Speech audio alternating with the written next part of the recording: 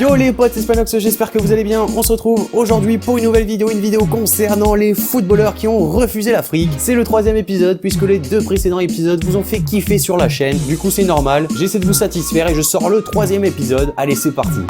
On commence avec Stéphane El Shaarawy, le joueur de 24 ans de l'AS Roma. Alors lui, il a refusé l'Égypte pour jouer avec, vous le savez, l'équipe italienne, la Squadra Azzurra. Alors pour être plus précis avec Stéphane El Shaarawy, il est né d'une mère italienne et d'un père égyptien, ce qui fait qu'il aurait pu très bien choisir l'un ou l'autre des deux pays. Cependant, il a fait partie de l'équipe d'Italie des moins de 16 ans et des moins de 17 ans avec qui il a disputé l'Euro 2009 de sa catégorie. Il a ensuite disputé la Coupe du Monde avec les moins de 18 et 19 et le joueur a affirmé plus tard qu'il avait forcément plus envie de jouer avec l'Italie vu qu'il avait disputé quasiment toutes les catégories jeunes avec cette sélection là et il ne se voyait vraiment pas jouer avec l'Égypte. C'est vrai que ça aurait pu faire vraiment un joueur en plus, un très bon joueur en attaque avec notamment de très bons joueurs comme celui de Liverpool, Mohamed Salah, qui lui joue bien avec l'Égypte. On enchaîne avec Bril Embolo, le joueur de 20 ans. Lui, il a choisi la Suisse plutôt que le Cameroun puisqu'en effet Embolo est né à Yaoundé au Cameroun. Malheureusement pour les Camerounais, il a choisi la Suisse puisque on le sait, Embolo c'est vraiment un espoir du football, un très grand joueur, très grand futur bon joueur, et la fédération camerounaise l'avait cependant contacté pour le convaincre de défendre les couleurs des Lions indomptables. Le sélectionneur national de l'époque qui était Volker Fink l'avait même rencontré lors d'un de ses passages en Suisse, mais rien n'y a fait puisque le joueur avait expliqué qu'il jouerait pour la Suisse à l'avenir, le pays dans lequel il avait passé la plus grande partie de sa jeunesse. Ça reste quand même compréhensible, mais c'est un très grand talent perdu par le Cameroun. On enchaîne avec un Français, pas forcément performant en ce moment, c'est Patrice Evra, le joueur de l'OM de 36 ans qui a choisi la France plutôt que le Sénégal puisqu'il est né à Dakar d'un père et d'une mère capverdienne, et Patrice Evra est arrivé à 12 mois en Europe avec son père qui travaillait à l'époque à l'ambassade du Sénégal de Bruxelles, puis dans une usine en région parisienne, alors que Patrice avait seulement 3 ans et une famille de 24 frères et sœurs. Il a du coup été sélectionné en équipe de France Espoir depuis septembre 2002 et Patrice Evra a été convoqué par la suite en A à partir de mai 2004. Il aurait pu donc jouer pour le Sénégal, pays dans lequel il a grandi, mais également pour le Cap-Vert puisque forcément ses parents sont capverdiens. Il aurait pu avoir pas mal de choix au niveau des sélections nationales, mais il a choisi la France, bien plus attrayant selon lui. On poursuit avec Vincent Kompany, le défenseur belge de Manchester City, défenseur de 31 ans qui lui donc a choisi la Belgique plutôt que le Congo. En effet, Vincent Kompany est d'origine congolaise par son père, Pierre Kompany, qui a notamment fui la République démocratique du Congo en 1975, et ensuite il est belge par sa mère, qui l'a poussé bien sûr à prendre cette sélection-là. On voit vraiment que la sélection belge actuellement est vraiment très belle, avec une très bonne génération. Cependant, la plupart des joueurs sont pas forcément issus de ce club-là. On pense à des joueurs comme Radja Nainggolan, à des Romelu Lukaku, voire même des Nasser Chadli. Cependant, c'est ce qui fait la force et la beauté de ce pays qu'est la Belgique, qui sera quand même une nation à suivre pour la Coupe du Monde 2018. On enchaîne avec Blaise Matuidi, le nouveau joueur de la Juventus Turin, âgé de 30 ans, qui lui, comme Patrice Evra, a choisi la France. Cependant, lui, c'est le Congo qu'il a décidé de ne pas représenter. En effet, Blaise Matuidi est né à Toulouse et ses parents ont fui l'Angola pour le Zaïre, aujourd'hui République démocratique du Congo, avant donc de rallier l'Europe. Et d'ailleurs, Matuidi s'estime plus de culture congolaise plutôt que angolais, parlant le lingala et non le portugais. Blaise Matuidi est appelé pour la première fois en équipe de France par Laurent Blanc pour le match amical du 11 août 2010 face à la Norvège, et depuis, Matuidi est un fixe joueur de l'équipe de France, indéboulonnable. On enchaîne avec Danilo Pereira, le joueur de 26 ans qui lui a choisi le Portugal plutôt que la Guinée-Bissau. Alors Danilo Pereira, c'est vrai qu'il nous a vraiment impressionné l'année dernière avec le FC Porto, il a fait vraiment de très bonnes performances. Du coup, je me suis un petit peu intéressé à sa situation et c'est vrai qu'il aurait pu choisir la Guinée-Bissau, cependant il a préféré le Portugal puisqu'après avoir écumé les différentes sélections de jeunes avec le Portugal, c'est-à-dire avec 44 sélections des U18 au U21 pour 5 buts au total, le natif de Bissau est appelé pour la première fois avec l'équipe A portugaise le 31 mars 2015 pour un match amical face au Cap-Vert. Il aurait pu jouer pour la Guinée-Bissau, cependant le Portugal a quand même dans ses rangs un très bon milieu de terrain. On enchaîne avec Adil Rami, le joueur de 31 ans de Marseille qui a choisi la France plutôt que le Maroc. Alors en 2008, Henri Michel, sélectionneur à l'époque du Maroc, avait demandé à Adil Rami de rejoindre la sélection marocaine pour disputer la Coupe d'Afrique des Nations, mais le joueur avait décliné la proposition du sélectionneur des Rouges et Verts. En effet, il a déclaré par la suite à la presse qu'il avait refusé la sélection marocaine parce qu'il ne voulait pas se mettre une barrière éventuelle par rapport à l'équipe de France. Il a ensuite fait partie de la liste de Raymond Domenech pour les 2 matchs de l'équipe de France dans le cadre des qualifications pour la Coupe du Monde 2010. Après, c'est vrai que ces sélections se sont fait de plus en plus rares. Adil Rami reste quand même un défenseur assez moyen, pas forcément très bon. Il aurait pu quand même faire beaucoup de bien à la défense marocaine, mais en équipe de France, ça reste quand même un peu juste. On voit ses performances avec Marseille qui sont moyennes. Cependant, il peut quand même bénéficier de quelques opportunités assez chanceuses avec l'équipe de France. On poursuit avec Renato Sanchez, la jeune pépite de 20 ans qui a signé à Swansea en provenance du Bayern Munich. Donc lui a choisi le Portugal plutôt que le Cap-Vert. En effet, Renato Sanchez est né de parents d'origine capverdienne. Il est avec la sélection portugaise depuis très peu de temps puisqu'il a notamment débuté lors du championnat d'Europe en 2016 en France avec qui il a gagné, comme on le sait, l'Euro. Il a ensuite été nommé meilleur jeune joueur de cette compétition-là et il est devenu également le plus jeune joueur à avoir gagné la compétition européenne. Alors Renato Sanchez,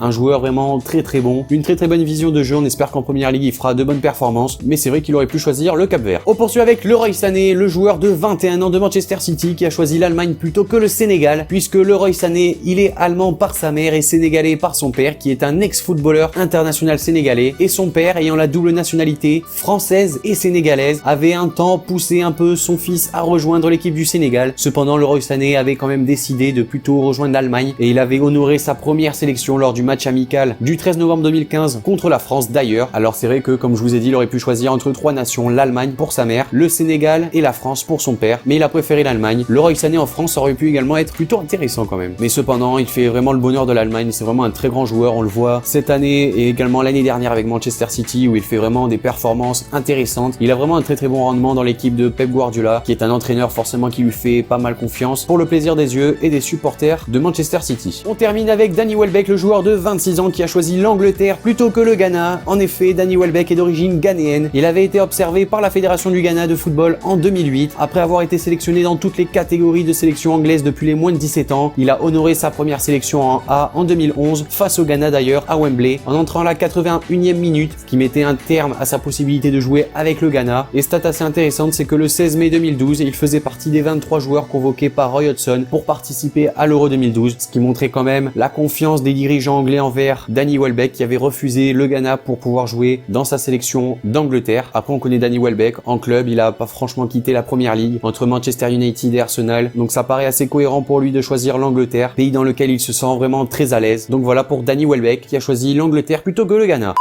Donc voilà les amis, cette vidéo sur les footballeurs qui ont refusé l'Afrique est maintenant terminée. N'hésitez pas à me dire dans les commentaires ce que vous en avez pensé des différents joueurs que je vous ai présentés dans cette vidéo. Également, si vous en avez d'autres en tête, n'hésitez pas à me le noter dans les commentaires. Bien sûr, des joueurs que je n'ai pas cités dans les deux précédentes vidéos, c'est plus intéressant. Bref les amis, n'hésitez pas à lâcher le like, ça fait plaisir. Également à vous abonner si c'est pas déjà fait. Moi je vous dis à la prochaine pour une nouvelle vidéo, c'était Spanox. Allez, salut tout le monde. Gros, c'est la puissance, la puissance. Gros, c'est la puissance, la puissance. Gros, c'est la puissance, la puissance. Gros, c'est la puissance, Ça revient plus fort, je suis toujours le même.